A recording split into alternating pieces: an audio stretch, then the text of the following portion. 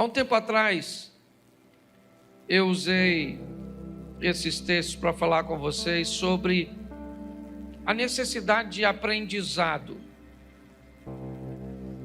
Eu aprendi que Deus é altamente intencional.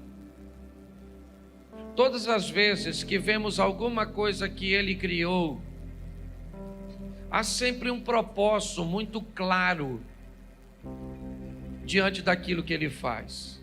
Por mais insignificante que lhe pareça uma rocha no local, um inseto, uma folha, tudo aquilo que Deus faz, antes de fazer, por trás está uma intenção, um propósito a ser alcançado. Se nós entendemos que o êxito de Jesus ao passar por esta terra tinha a ver com a intenção daquilo que ele fazia, ele era alguém que não fazia nada por acaso, sempre atendia a uma agenda, um cronograma, e por isso ele obtinha sucesso.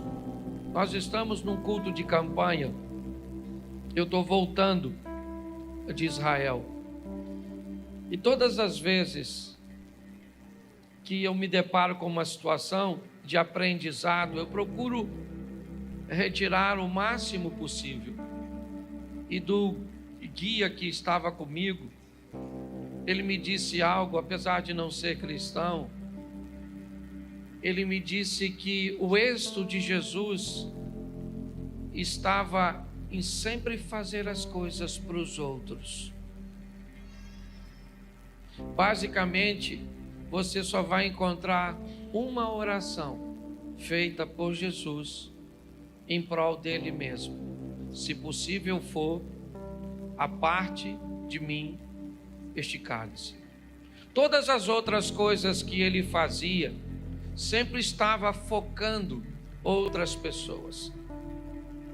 Até para seus algozes, aqueles que o estavam crucificando, ele diz: Pai, perdoa, porque eles não sabem o que fazem.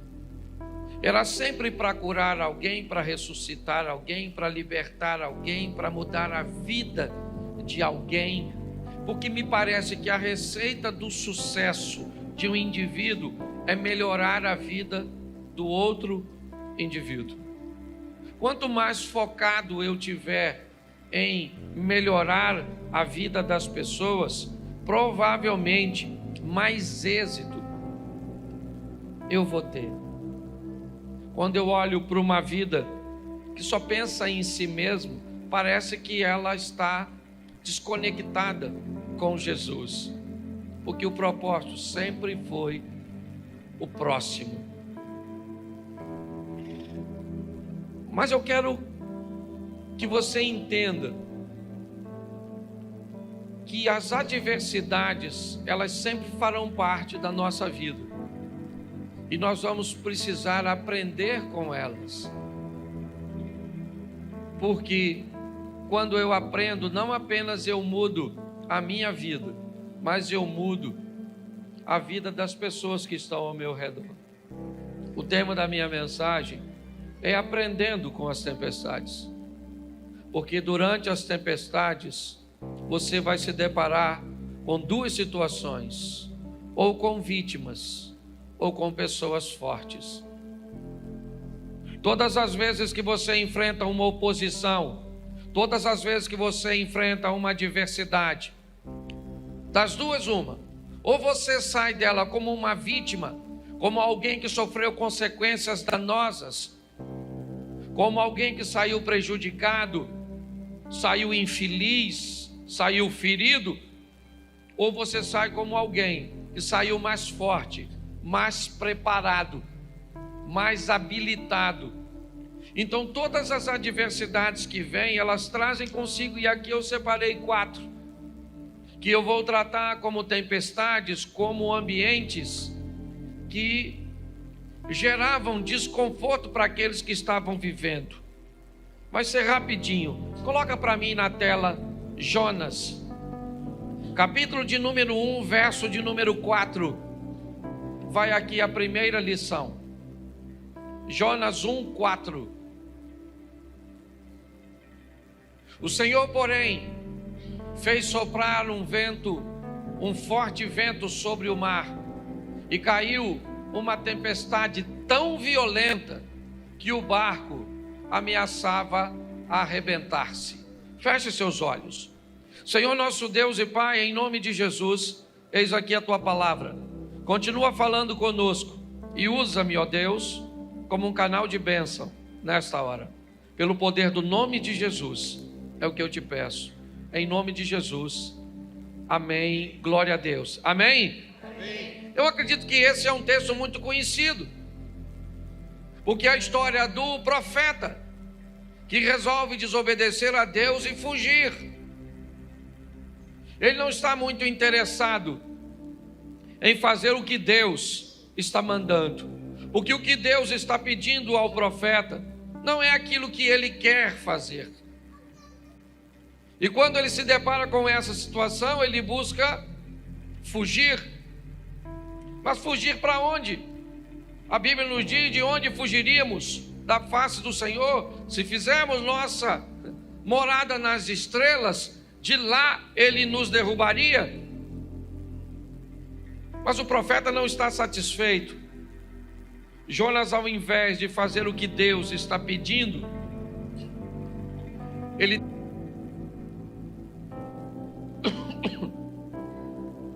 mas preste atenção, todas as vezes que alguém resolve desobedecer, ele precisa estar preparado a lidar com as consequências da desobediência, o que normalmente nós temos tendência a chamar de castigo. Eu tenho falado isso muito para a igreja. Utilize as palavras certas, as colocações certas, e provavelmente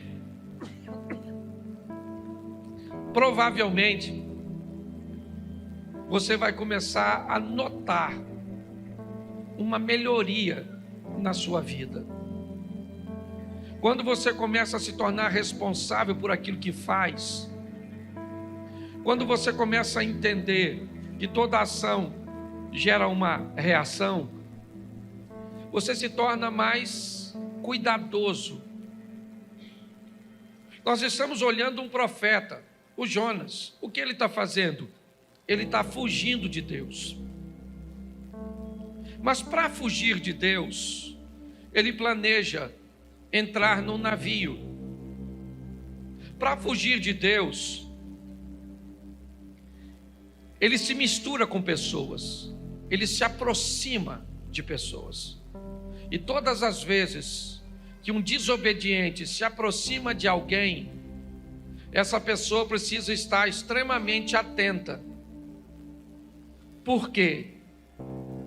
Porque assim como uma fruta podre, ela pode apodrecer com muito mais facilidade às demais, um desobediente, quando entra na vida, na família, na rede social, na empresa de alguém, ele traz consigo todos os prejuízos. Quando Jonas entra no barco, o texto diz que o barco ameaçava a despedaçar. Por quê? Porque esse camarada entrou. Então qual é a função da tempestade? Ela veio conversar com alguém daquele barco. Quem? O responsável.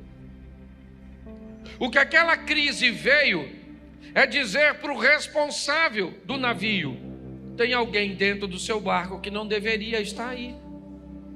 E se você não tomar uma decisão de tirar esse indivíduo de dentro do seu barco, ele afunda. Quando nós vamos nos relacionar com alguém, é muito importante, principalmente se essa pessoa está vivendo crises, adversidades.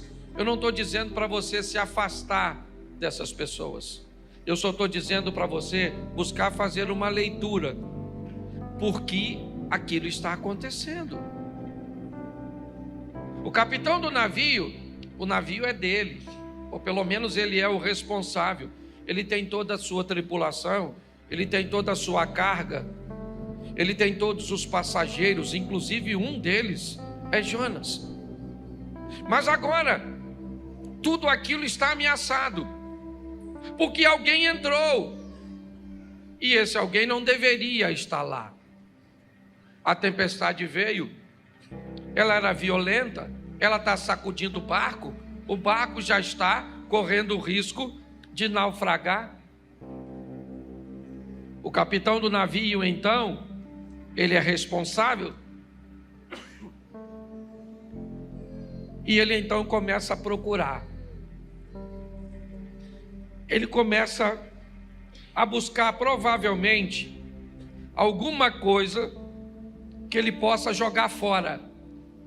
E a primeira coisa que ele viu, a carga. Se eu jogo a carga fora, eu deixo o navio mais leve. Se eu deixo o navio mais leve, a probabilidade dele afundar diminui. Eu dou mais flutuabilidade para ele. Então ele pega a carga e joga fora. Ele joga as malas fora. Ele joga tudo que ele pode jogar fora. Mas espera aí, pastor. O senhor não disse que o problema é Jonas? Pois é. Mas enquanto você não sabe o que precisa jogar fora, você corre o risco de jogar fora aquilo que não precisava jogar. Enquanto você não consegue descobrir o que é que está te levando para o fundo, o que é que está te prendendo, o que é que está te puxando para trás, o que é que está travando sua vida, você corre o risco de perder coisas que não precisa perder. Por que eu perdi a minha empresa? Não precisava perder. Por que eu perdi meu casamento? Não precisava ter perdido. Por que eu perdi meu filho? Não precisava ter perdido. Por que eu perdi isso? Por que eu perdi aquilo? Por que eu perdi aquilo outro? Porque no meio da crise, da tempestade, eu não consegui fazer a leitura correta. E eu não consegui remover da minha vida aquilo que estava me puxando para trás. E quando eu não faço isso, eu começo a perder coisas que eu não precisava perder. Ele jogou tudo fora. O barco está vazio, mas vai afundar. Quando de repente ele vai no porão do navio e se depara com Jonas, um homem dormindo. Ele não sabe quem ele é. Ele simplesmente acorda e diz para ele o que está acontecendo. Vamos lá no convés, cara. Você não está notando que esse barco vai afundar? Vamos embora, vai clamar o seu Deus. E quando ele puxa Jonas para o convés, preste atenção, eu já falei isso aqui. Na maioria das vezes, queridos irmãos, o que vai nos levar para o fundo, nem sempre é notório, nem sempre está diante dos nossos olhos. Às vezes o que vai destruir nosso casamento é aquilo que está no porão, e não o que está no convés. Às vezes o que vai destruir as nossas finanças é aquilo que está no porão. Aquilo que vai travar a nossa intimidade com Deus é aquilo que seu pai fez, e ele já morreu, mas ficou aquilo no porão da sua alma, na escuridão, naquele lugarzinho úmido, que impede que o fogo do Espírito alcance por causa da umidade. Muitas pessoas não conseguem enxergar, porque não querem ir, talvez entrar nesse porão, trazer à lembrança novamente aquilo que te feriu. Não adianta mudar para um casamento novo se não corrigir a postura que acabou com o velho. Não adianta trocar de emprego, não adianta, não. Se não houver uma correção, se não houver uma mudança de postura. E muitas vezes as pessoas não conseguem entender. A crise chegou, o desemprego chegou, o problema chegou, o que ele é uma tempestade. E qual é a função? Denunciar. dizer para você: muda. Dizer para você: reveja seus valores, seus conceitos, reposicione-se. Mas não, pessoas mudam de ambiente, mas continuam com a mesma postura. A nossa proposta de recomeçar aqui como igreja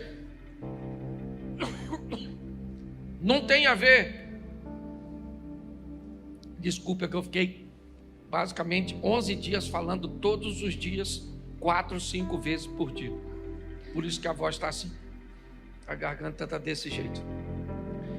Então, quando nós olhamos para essa situação, o que nós vemos? Uma tempestade. O que ela quer? Ela quer dizer para o capitão do navio: cara, joga Jonas fora, tira da sua vida isso.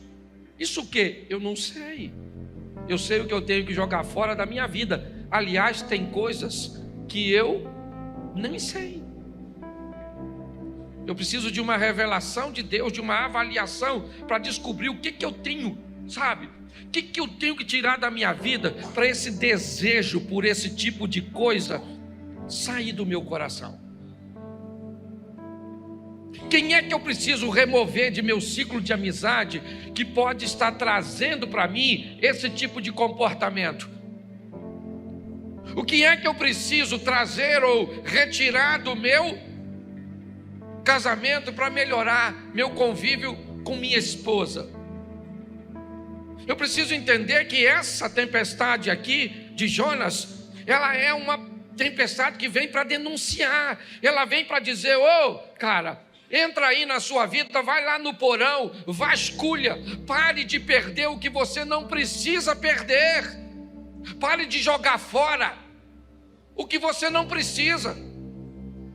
Invista um pouco de tempo para vasculhar a sua vida à luz da palavra de Deus e descobrir quem participa, quem não participa, o que eu devo fazer, o que eu não devo fazer, porque muitas tempestades e crises têm apenas um propósito: denunciar. Tira, quanto mais rápido você tira. Presta atenção, cadê o Jonas? Joga o Jonas fora, a tempestade está aí, eu jogo ou não jogo? Presta atenção, o Jonas falou, o problema sou eu. Ele falou para o capitão, está no texto, depois você lê, mas ele não pulou. Porque ele poderia falar: gente, ó, o problema da tempestade sou eu, fica tranquilo que eu pulo. Mas não é função do problema sair da sua vida. É função sua dizer: eu não quero você aqui. Somos nós que temos que decidir. O capitão do navio fica com medo de jogar. É lógico que ele está com medo, ele está desconfortável. O que ele está pensando? Se a vida desse cara é tão preciosa para causar tudo isso, se eu jogo ele fora, corre o risco do barco afundar. Porque às vezes você fica com medo de terminar o namoro, que já está numa idade avançada. Pastor, se eu termino, como é que eu arrumo outro? Ruim com ele, pior sem ele. Pastor, esse emprego é a única coisa que sobrou. Pare de andar por segurança e comece a viver por fé.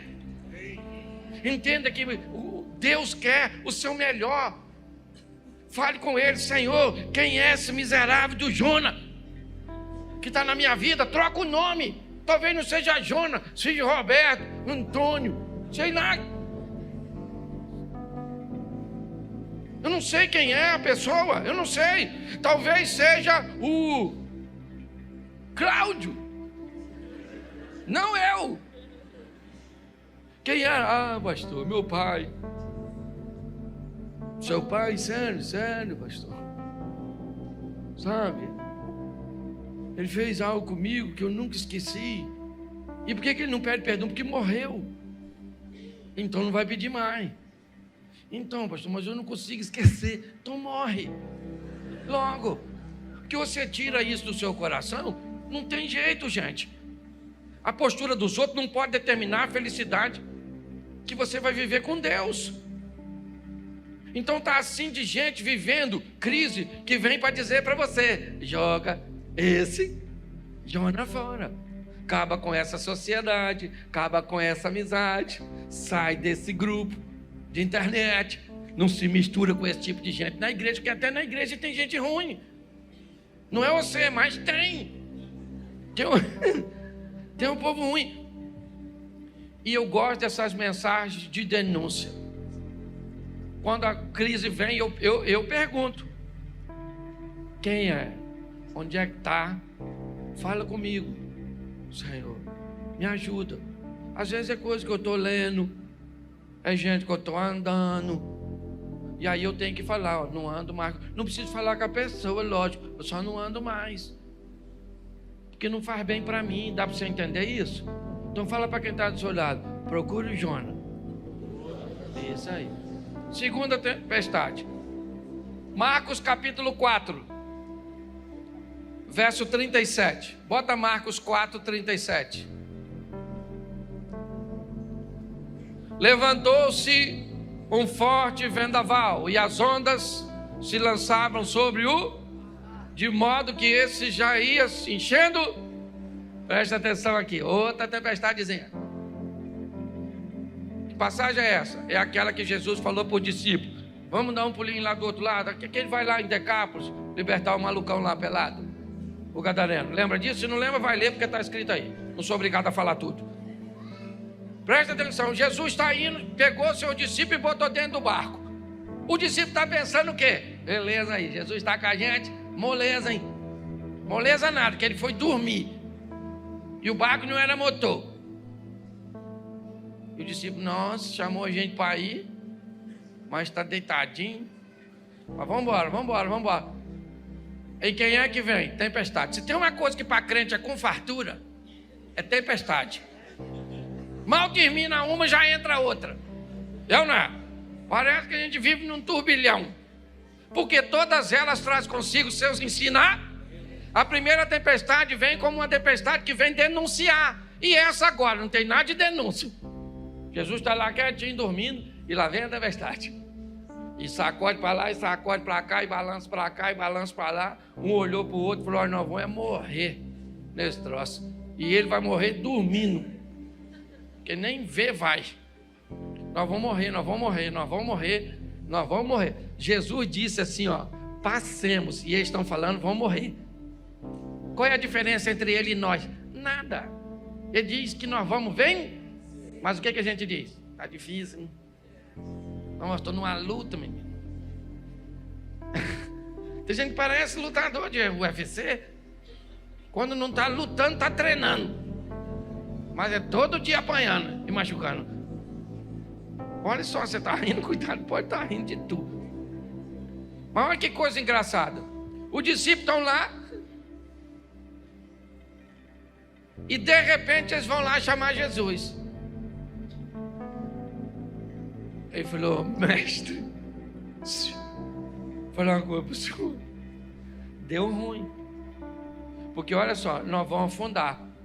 Está decidido. Nós vamos afundar. Jesus levantou,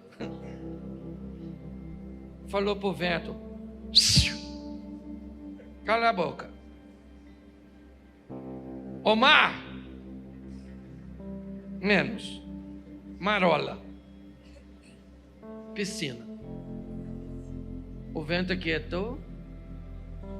Os caras que andavam por Jesus ficavam olhando um para o outro, falando assim: quem é esse? Muito prazer, Jesus. Estamos andando já há um tempão junto. O que essa tempestade vem mostrar? O poder de quem anda com ele. É isso. Tem problema na nossa vida que só vem para tentar fazer com que nós venhamos descobrir quem é aquele que está no barco conosco. Porque Jesus disse: passemos. Ele não disse passe, ele disse: passemos, eu vou junto com vocês. O que pegar para vocês, pega para mim. Quem se levantar contra vocês, se levanta contra mim. É isso, eu vou estar com vocês. Tem tempestade, gente, que só vem para isso. E aí tem gente que perde tanta oportunidade de descobrir, porque fica com tanto medo, que não consegue ter a experiência de descobrir que aquele que está com você, aquele que está conosco, é maior do que tudo aquilo que nós vamos enfrentar. Tem tempestade que só vem para isso, só para mostrar o quão grande é o nosso Deus. A maioria delas, fala sério, gente, é o mesmo motivo que Davi enfrentou Golias. Por que Davi enfrentou Golias? Sabe por quê? Porque ele matou leão e urso. Foi por isso. Ele falou para o Saul que foi por causa disso. Saul falou: garoto, deixa eu falar uma coisa para tu, não vai rolar. O cara é grande, tu notou que o cara é grande, guerreiro, grandão, fortão. O cara tem escudo. O que tu tem? Uma tiradeirazinha. Davi falou: não, peraí, vou falar uma coisa para o senhor aqui. Eu estava apacentando as ovelhas do papai em certa ocasião. E aí veio um leãozão lá e falou: eu vou pegar uma ovelha. Eu falei: não mexe com a ovelha é do papai. Não é nem minha. É de papai, mas papai deixou comigo. E eu vou, não pega não. O leão falou: eu vou pegar. Davi falou: então pega que eu arrebento você. Matei o leão, depois vem o urso que estava desavisado. Matei o urso. Então eu vou falar para você, eu mato esse gigante. Deixa eu falar uma coisa para você. Quantos leões e ursos você já enfrentou na sua vida? Qual deles que te destruiu? Então não é esse que você está enfrentando hoje que vai te destruir. Porque o Deus que te deu vitória no passado é o mesmo Deus para te dar vitória hoje. É assim que funciona. Mas tem tempestade que só vem para mostrar para nós. Se eu desse oportunidade agora, estava assim de gente para falar: ah, pastor, sofri pra caramba em 1900 e quase morri, mas Deus me salvou. Já tive 3 câncer e não morri. E não sei o que, já fui atropelado, já fui isso, já fui aquilo outro, já sofri isso, achei que minha vida acabou. E olha eu aí. Porque tem tempestade que só vem para isso. Ela não vem para denunciar, não é porque você está em pecado, está fugindo. Às vezes você está maneiro. Ó, o discípulo estava lá. Jesus falou: vamos para o outro lado. Ele falou: claro. Mas o Jonas falou: não vou. E a tempestade do Jonas vem para denunciar. Tem desobediência aqui? Sim ou não? Sim ou não? Não nessa aqui do barquinho. Tem ou não? Então tem tempestade para obedientes também. Que não tem uns malucos aí dizendo que só sofre quem está em pecado. Aí você não está e fica caçando. Nossa. O que eu tenho que parar de fazer? Jonas, cadê Jonas? E Deus está falando: não é essa. Trocou de tempestade. Avança. O Jonas é na outra. Velho Testamento, você já está no Novo. Essa aqui não é para porque você está em pecado, é porque eu quero te fazer crescer. Quero fazer com que você descubra o quão poderoso eu sou na sua vida. Eu vou me levantar no meio da tempestade e vou dizer: cala a boca, porque quem está aqui dentro está comigo. Pronto, acabou. Então tem tempestade que é desse jeito, gente. Pare de achar, nós viemos de uma cultura esquisita. Tudo que o indivíduo está sofrendo, caça pecado. Não, parece um caça-fantasma. O que você fez? Não estou desempregado. Desobediência. Você não é dizimista. Rapaz, não sou agora porque estou desempregado. Então tem alguma coisa. Abre esse coração, que pecado tem? E você sai caçando: cadê Jonas? E Deus diz: não é Jonas, meu filho. Atualiza essa mente sua.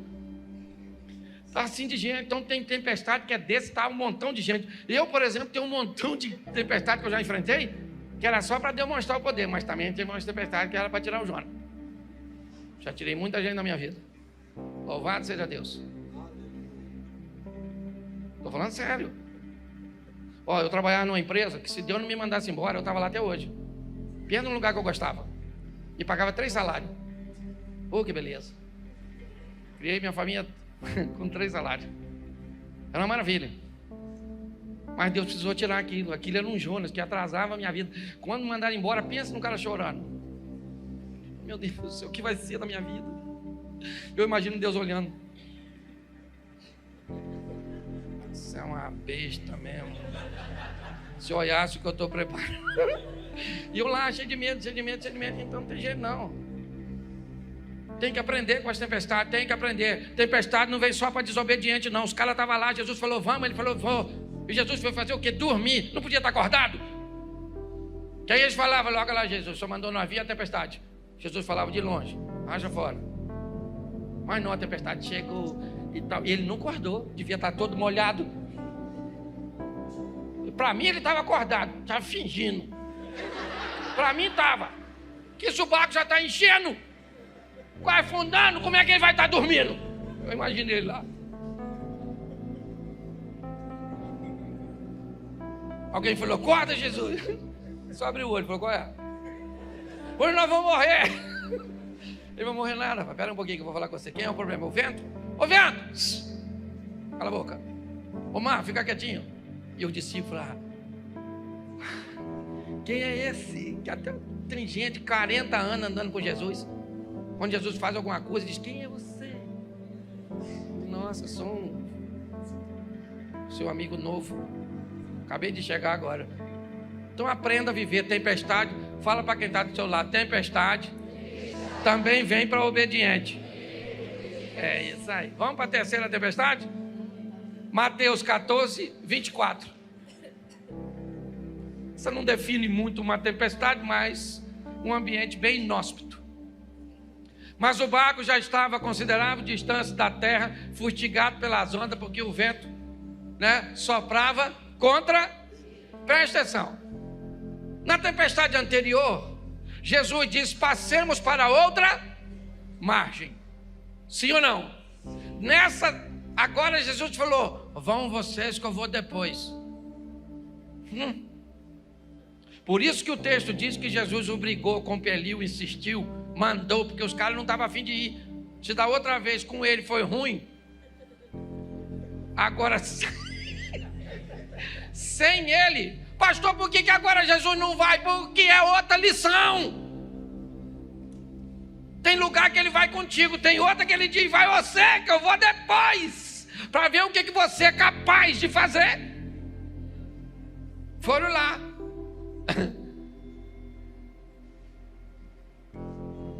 3 horas da manhã, tudo escuro, Jesus foi andando em cima d'água, não visou como é que ia. Tá ele literalmente tirando onda, cantando Roberto Carlos. Esse cara sou eu. Eu imagino ele andando assim, batendo um papo e tal, conversando com as ondas. De repente os discípulos estão lá, tudo assustados. Nossa, tudo escuro. Hoje ele mandou a gente vir, não veio, falou tratante. Gente, desde quando eu me converti, estão falando que Jesus está voltando. Até hoje não voltou. É verdade, eu estou mentindo não, que ele vai voltar, ele vai, mas que voltou, não voltou. E os discípulos estão lá, e volta, não volta, não volta. De repente parece um cara andando em cima d'água, um holograma.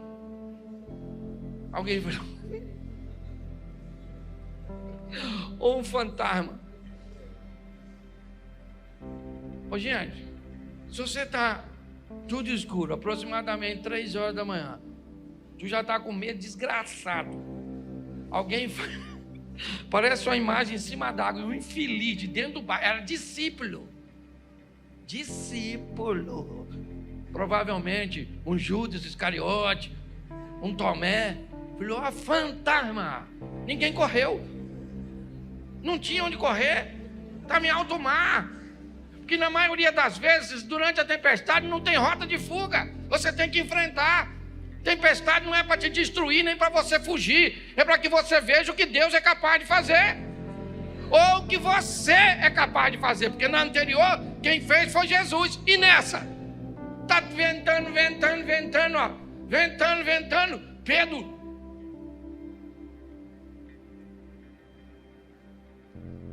aí, é Jesus mesmo?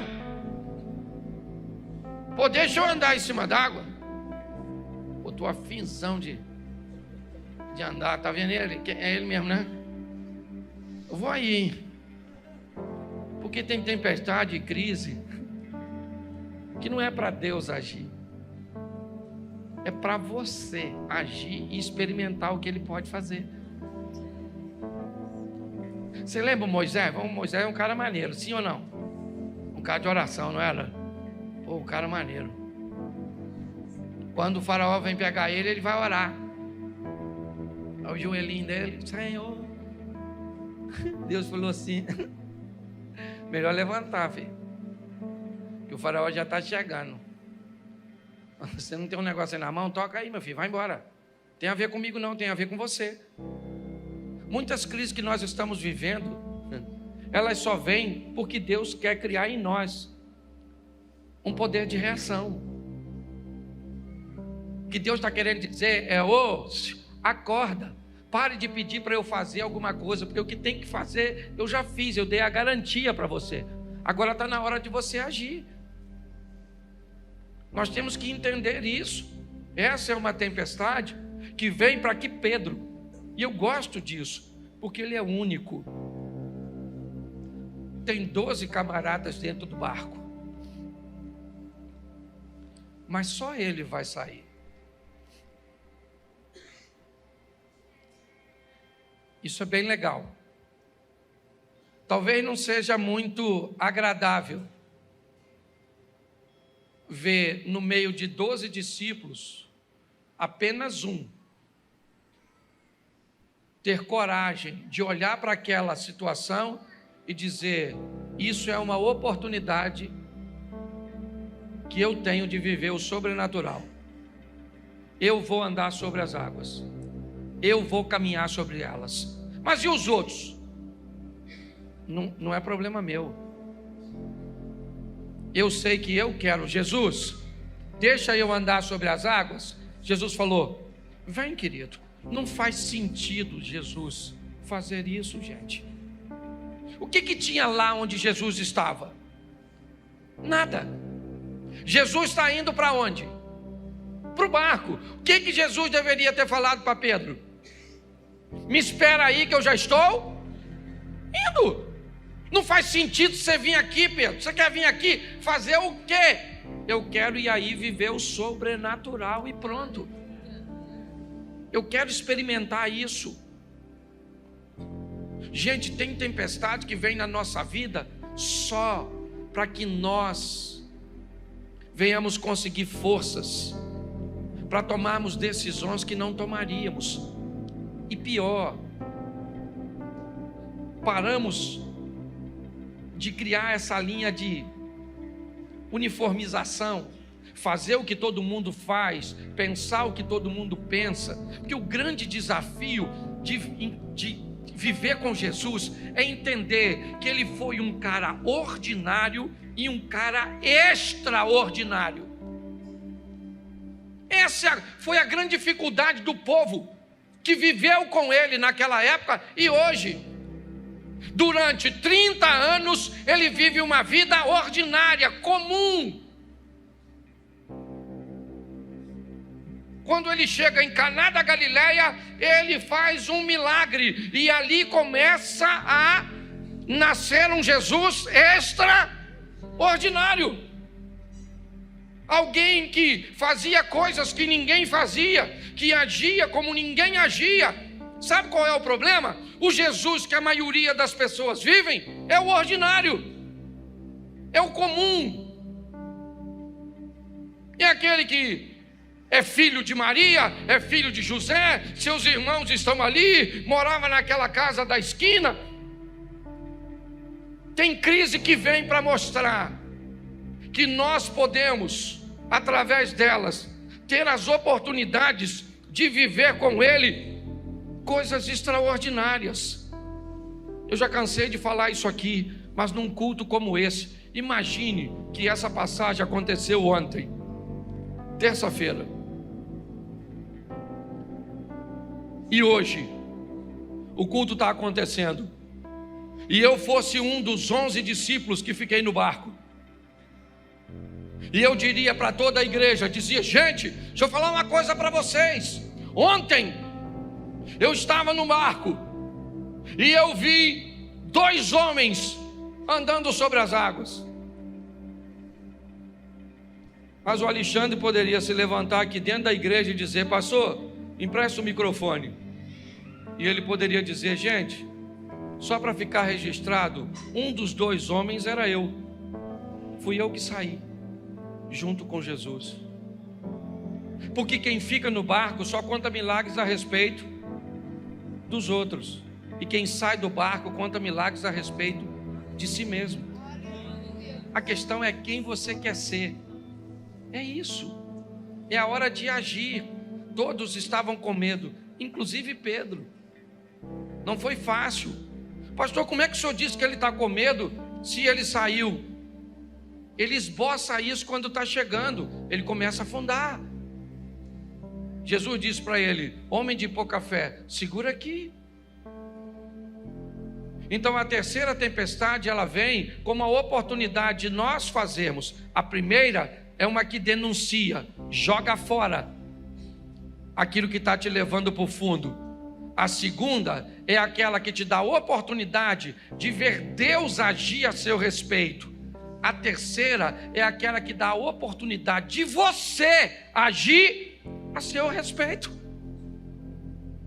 É assim. E agora a última é Atos dos Apóstolos. E eu deixei a pior por último. Capítulo 27, verso 18. E depois do 18, nós vamos ao 41 e o 44. Vamos ao 18 primeiro. No dia seguinte, sendo violentamente castigado pela tempestade, começaram a lançar fora a carga, o mesmo padrão da primeira tempestade, trazer alívio. Coloca para mim o 41. Mas o navio encalhou num banco de areia, onde tocou o fundo. A proa encravou-se e ficou imóvel, e a popa foi quebrada violentamente das ondas, ou pelas ondas. Verso 44. Outros teriam que salvar-se em tábuas ou em pedaços do navio. Dessa forma, todos, quantos? Chegaram a salvo em? Presta atenção na quarta tempestade. Ela foi a que durou mais tempo. Nesse navio está o apóstolo Paulo. Fizeram manobras, esconderam-se atrás de ilhas, esperaram alguns dias para ver se a tempestade cessaria. Ela não cessou. Quando tentaram navegar um pouco mais, nós vimos que o navio encalhou e as ondas nele encalhado começaram a bater de uma tal forma que ele se rompeu. Bom, o navio do capitão, ele jogou Jonas e foi embora em direção a Tarsis, a Espanha. O barco de Marcos, capítulo 4, a partir do verso 35, Jesus repreende o vento e o mar e fica tudo certo. Mateus 14, a partir do 22, é a terceira tempestade, onde Pedro anda sobre as águas, e assim que Jesus pisa no barco, o vento vai embora. Mas a última tempestade não foi legal para o barco.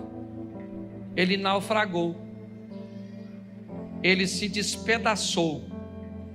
Mas o texto diz que as pessoas que estavam no barco, presas aos destroços, conseguiram chegar na areia e ninguém morreu.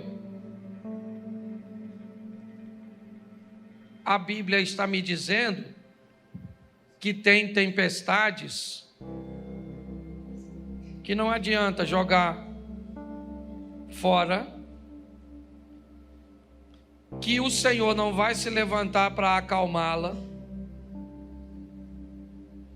que não é a sua decisão assertiva que vai fazer ela passar, porque ela vai afundar. O barco vai afundar. O ente querido vai morrer. A empresa vai fechar. O casamento vai virar divórcio. O filho pode caminhar para um caminho que não deve. Tem tempestades que elas são extremamente prejudiciais, danosas. Mas o que ainda essa tempestade me mostra é que ninguém morreu. E aqui não estou falando simplesmente de morte física, não. a nossa ótica a respeito da Bíblia, nós temos muito que aprender. Eu acabei de chegar de um lugar que o dia começa na noite. Sim, para os judeus, o dia não pode começar de dia e terminar à noite. Ele tem que começar de noite e terminar de dia, porque o Senhor nos chamou das trevas para a sua maravilhosa luz. Não faz sentido um dia que começa com dia e termina com noite. Ele tem que começar com noite e terminar com dia. Quando nós começamos a mudar nossa mente, nós vamos descobrindo a grandeza do que Ele deseja realizar. Essa tempestade, para mim, é a tempestade que originou o nome da nossa igreja.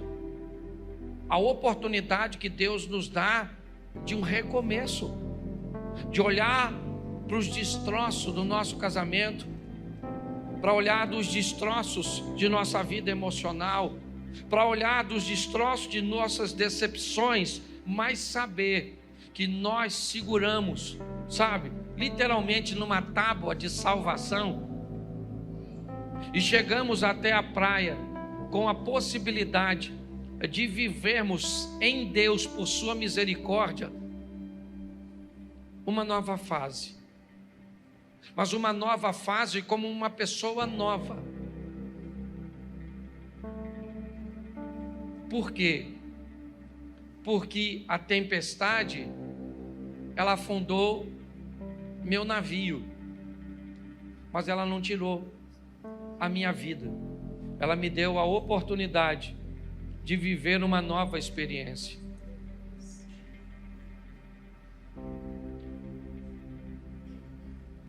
É muito importante nós entendermos isso. Uma nova oportunidade concedida, antes de ser aproveitada, irmãos,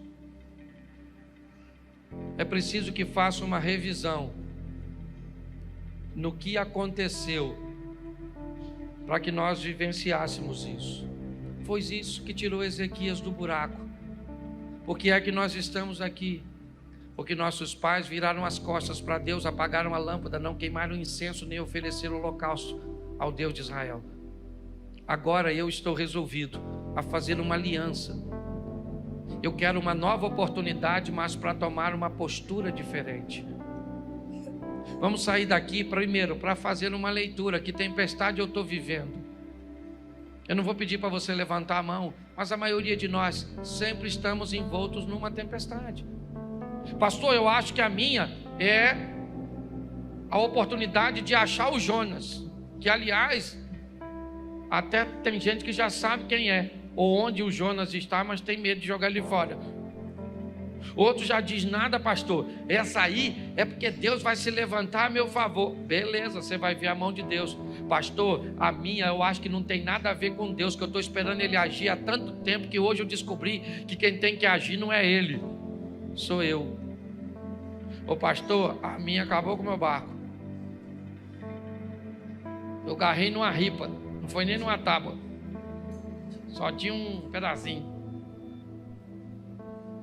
Pois é, eu não sei, eu só sei de uma coisa: você não está nesse mundo para perder, você veio aqui para ganhar. Posso ouvir um amém? Amém. Isso aí, nós viemos aqui para